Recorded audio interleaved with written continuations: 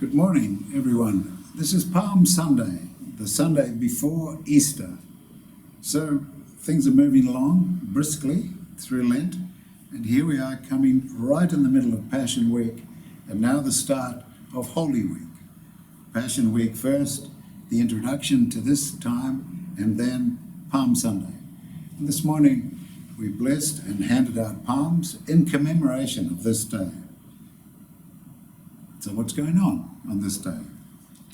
Well, Jesus has been speaking to his disciples and telling them about the consequences of what he's been doing. And they're also aware of the animosity from the established Jewish community in the temple.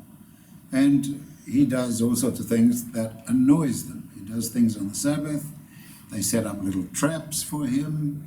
He successfully and skillfully gets out of them. All the time he brings his disciples in, saying to them, look, we're not here for fun and games. This is a serious undertaking. I'm giving you a new message. I'm giving you, opening the heart, the love of your brothers and sisters, and the forgiveness of sins. And this is revolutionary. And what happens when you have a revolution is that you have all sorts of backlash. He keeps telling them this. Some of them have got the so-called messianic idea, that is, he's going to suddenly produce sword and lots of swords from somewhere, and he's going to be the rallying point to overthrow the Romans. Some of them think that. He keeps telling them, my kingdom is not on earth. But they're not always listening. Some of them get it.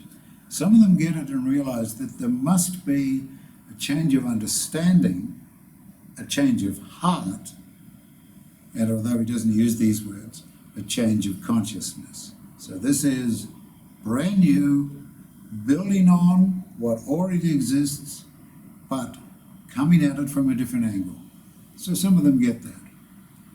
He fills his day with either meditation, teaching, or signs and wonders. So you might wonder why he does the signs and wonders. Well, there's all sorts of reasons, but one thing is that it gets people's attention and it wakes them up. There are other people around at this time who can do healing, perhaps not as successful as Jesus, but they do some sort of healing. He heals many people, and he heals them from all sorts of ailments. Plague, blindness, epilepsy, evil spirits where they're just uncontrollable. And this is absolutely riveting in terms of the people's attention. But, like a lot of people, even today, they need new stuff to sort of amuse them. So there is a core of understanding.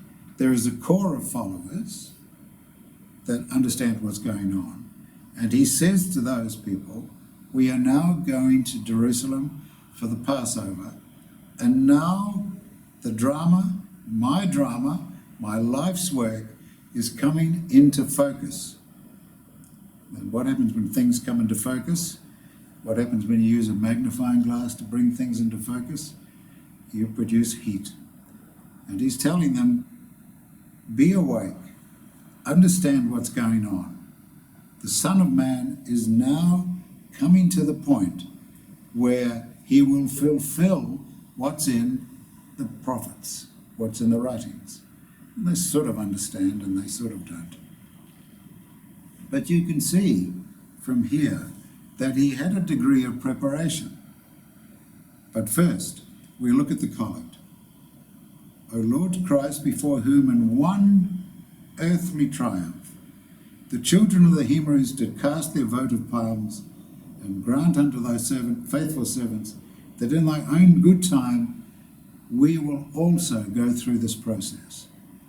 So this is the triumphant entrance of Jesus.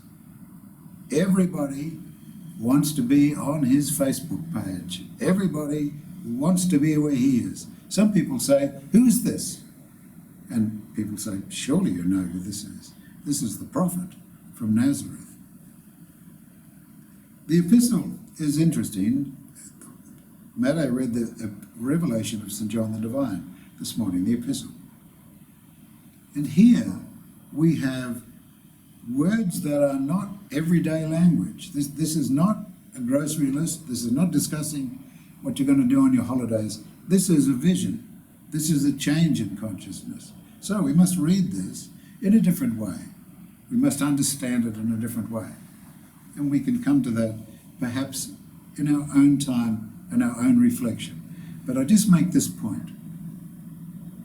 Here is a message which is actually the message which understands and shines the light on who Jesus the Christ is. He is a very important person. And so, in this way, it's appropriate that it's from the revelation. It's not everyday language. Because Jesus looks in his outer appearance like everyone else. He's dressed like everyone else. He doesn't look unusual. But here we have a reminder, behind the scenes, at a higher spiritual level, this magnificent depiction of what this person witnesses is going on.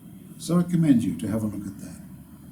But now, let's go to the gospel, and this is the everyday activity. Coming into Jerusalem, people putting their garments down. Jesus knew where he was and what he was doing. He said to his disciples, go over there and you'll get some transport. And if anyone says, what are you doing with this ass and this foal? He says, the master wants it. So something has already been set up. People understand what's going on. They go and do it. He comes in, some people say, who is this? They say, surely you know who this is. This man has been healing people. He's been teaching people. He's been doing miracles. This is the man. Here we are at the start of the Passover week. He's coming into Jerusalem. Something big is going to happen. The Passover week, a Jewish festival, celebrating their time in Egypt, coming out of Egypt. So this is a big deal. The city is full of people coming from all over the world, coming to celebrate this festival. Lots of excitement, lots of noise. But Jesus is very calm and very focused and telling his disciples, now we start moving forward. The passage in St. Matthew's Gospel goes on to say, when he was in the temple, he then started to make a big nuisance of himself and threw the money changers out of the temple. And every day he taught in the temple. Nobody touched him. None of the church authorities touched him. He must have been teaching with great power, and the light of Christ must have been very intense. So this is the preparation time for us. This is the time of remembering what's going on, stuff at the physical level, stuff at the higher spiritual level. And we must try to come to terms with both, and we must try to integrate both of them into our lives. So here we are. Take advantage of this last week of preparation as we head towards Easter, a special time, as I've said before, a thin time. The separation between the spiritual world and the physical world allows us to take advantage of this time. Take advantage of it. Take advantage of the preparation. In your prayers, as you're just thinking, if it's all getting a little bit too much, just relax a little and just come back a little and just use the prayer, the epistle, well, certainly the collect, but maybe the epistle as well, for Ash Wednesday. And just the first line, go before me, O Lord, in all my doings. Just that one phrase. But if it does get intense, it is a good preparation time, so maybe that comes with the territory. Stay focused, keep your equilibrium, and take advantage of the enormous blessings that are about to become available to all of us.